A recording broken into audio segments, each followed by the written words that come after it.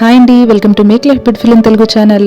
ఇవాళ నేను మీతో సంక్రాంతి స్పెషల్స్లో భాగంగా ఇంకో రెసిపీ చూపించబోతున్నానండి. అది వచ్చేసి మసాలా చెక్క వడలు అనమాట.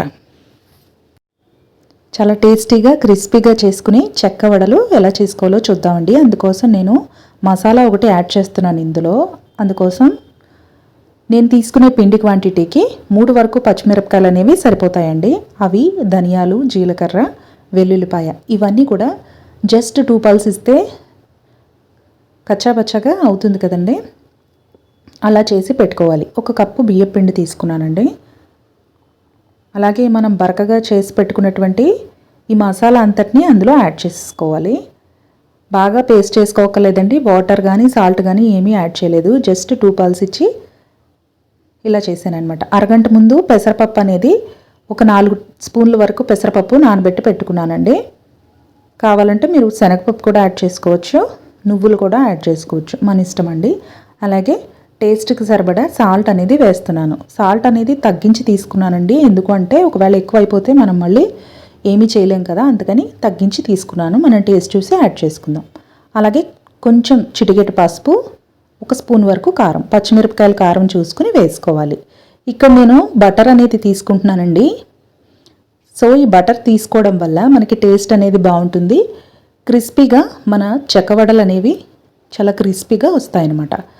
బటర్ వేసుకున్న తర్వాత బాగా దీన్ని మ్యాష్ చేస్తూ కలుపుకోవాల్సి వస్తుందండి. అంటే అంతా మనం వేసిన ఇంగ్రీడియంట్స్ అన్నీ కూడా బాగా కలవాలన్నమాట. కరివేపాకు కూడా యాడ్ చేసుకోవాలి. కొత్తిమీర, పుదీనా మీ ఇష్టం. నేనైతే కరివేపాకు యాడ్ చేసుకున్నాను. ఇలా కొంచెం వేడి నీళ్ళు అనేవి స్టవ్ మీద కొంచెం గోరువెచ్చగా పెట్టుకుని ఉంచుకోవాలండి.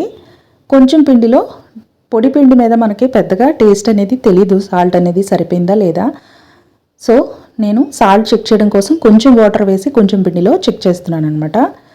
నాకు సాల్ట్ సరిగ్గా సరిపోలేదు అనిపించింది. ఇంకొంచెం యాడ్ చేస్తున్నాను అనమాట. యాడ్ చేసుకుని మళ్ళీ ఒకసారి బాగా మిక్స్ చేసుకోవాలి. చేత్తో మనం తీసుకున్న బటర్, అన్ని ఇంగ్రీడియంట్స్, మసాలా ఇవన్నీ కూడా బాగా కలిసేటట్టుగా కలుపుకోవాలండి. ఇప్పుడు చెక్ చేశాను, మళ్ళీ కొంచెం వాటర్ వేసి సరిపోయిందండి. ఇప్పుడు మనం పిండి అనేది కలిపేసుకుందాం. నేను గోరువెచ్చగా నీళ్ళు పెట్టుకున్నానని చెప్పాను కదండి, వాటిని అన్నిటినీ వేసుకుంటూ కొంచెం కొంచెంగా పిండిని చూసుకుంటూ కలుపుకుంటున్నాను. ఒకటేసారి పోసేస్తే ఏమవుతుందంటే మనకి పలచగా అయిపోతుంది పిండి.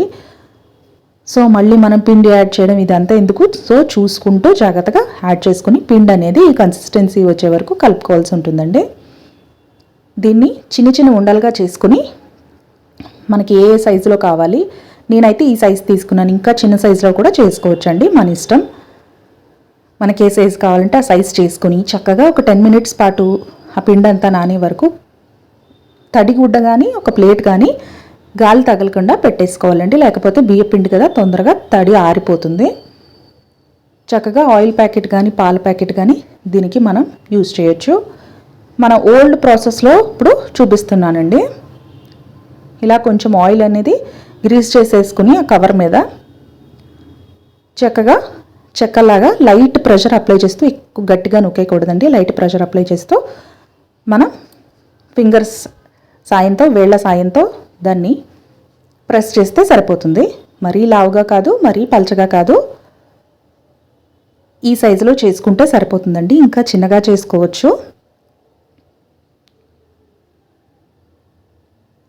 నువ్వులు కానీ పల్లీలు కానీ వేసేటట్టయితే నానబెట్టి వేసుకుంటే మనకి ఆయిల్లో వేసినప్పుడు విడిగా అయిపోకుండా ఉంటాయండి.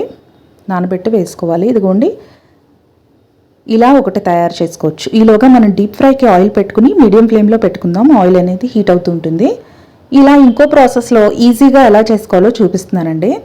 ఇలా మీకు చూపించడం కోసం ట్రాన్స్పరెంట్ షీట్ తీసుకున్నాను. మీరు అదే కవర్ని కంటిన్యూ చేసేయచ్చు. పాల కవర్ కానీ ఆయిల్ కవర్ కానీ తీసుకుని మనం ఇలా చేసుకోవచ్చు.